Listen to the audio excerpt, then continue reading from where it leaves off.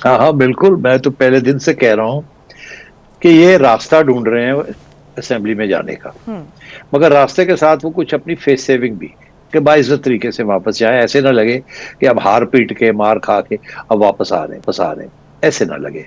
तो कोई असूली बात होनी चाहिए। अब उसूल उनका ये उन्होंने निकाला है कि हम अपने इस्तीफे जो हैं वो देने जा रहे हैं, और वहां हम एहतजाज करेंगे और कैमरा के अंदर करेंगे वगैरह वगैरह। अब स्पीकर ने पहले ही कह दिया कि जी जो मर्जी कर लो, मैं नहीं, मैं तो एक एक करके सुनना है।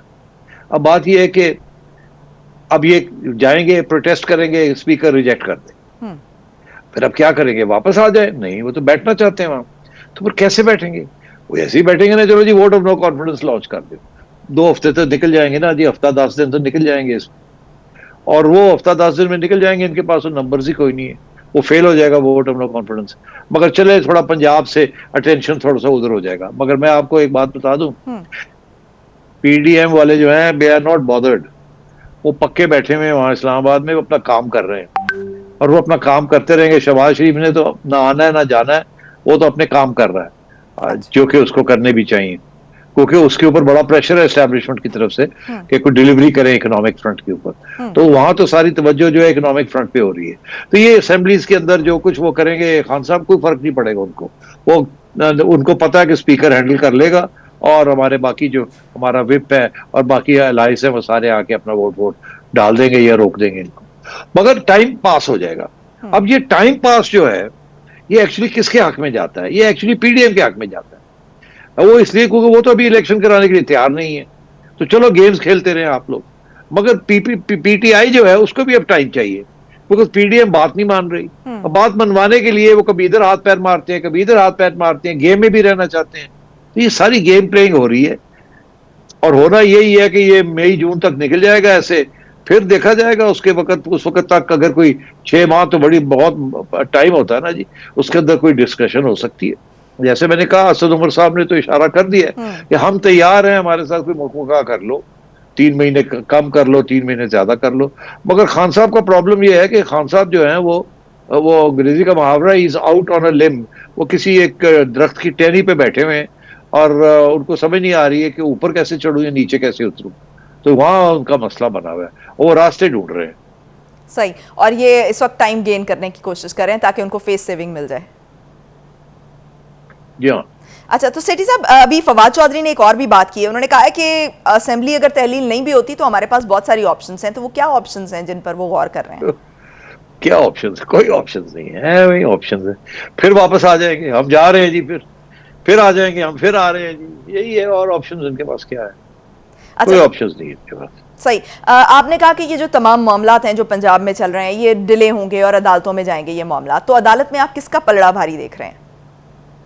नहीं देखिए, ये अच्छी बात नहीं है कि हम ये कहें कि फलाने का पल्ला भारी है। ऐसे ऐसे लगेगा जैसे हम अदालत को इन्फ्लुएंस करने की कोशिश कर रहे हैं। बात यह है कि इस वक्त ना अदालतें चाहती हैं इलेक्शंस हो, ना एस्टेब्लिशमेंट चाहती है इलेक्शंस हो, ना पीडीएम चाहती है इलेक्शंस हो, सिवाय पीटीआई के कोई और नहीं चाहता और ना इलेक्शंस हो। मुल्क की मुआशी सब, सूरत हाल ऐसी है।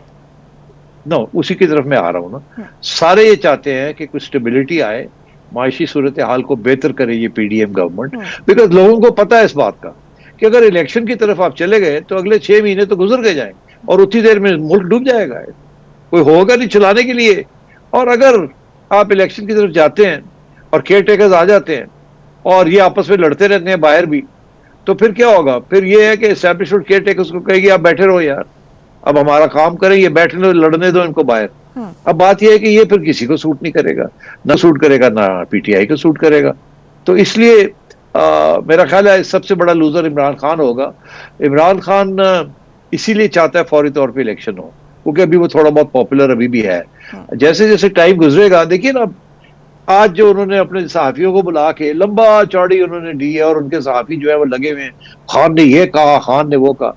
सारी घिसी पिटी बातें हैं, एक बात नई नहीं है, सारी बातें पुरानी बातें हैं। मगर वो गेम में रहना चाहते हैं, मीडिया में रहना चाहते हैं, इसलिए हर रोज वो फिर बुला लेते हैं, फिर बैठ जाते हैं, फिर वही बातें घूम फिर के, कोई नई बात तो कर नहीं रहे हैं। दिन ब दिन उनका बयानिया कमजोर होता जा रहा है, बिकॉज सुनने वाले लोग जो है दूध थक गए हैं सुन सुन के, उसके साथ कोई मिल कुछ नहीं रहा है।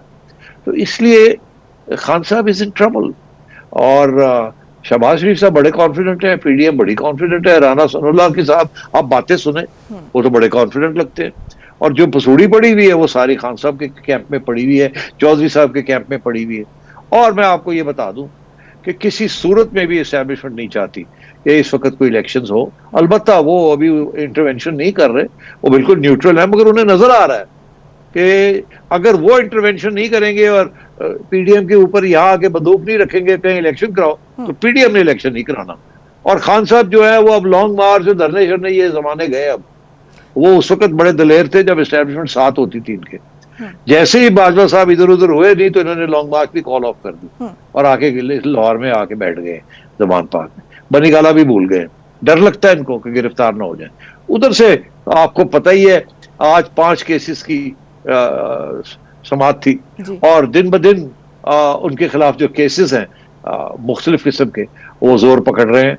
तो किसी न किसी स्टेज पे खान साहब को समझ आनी चाहिए कि अगर ये जैसे कहते हैं कॉन्स्टिट्यूशनल रास्ता नहीं इख्तियार करते तो फिर और बहुत सी चीजें हो सकती है जो कि मैं कह चुका हूं कि देखिए इनको ख्याल करना चाहिए।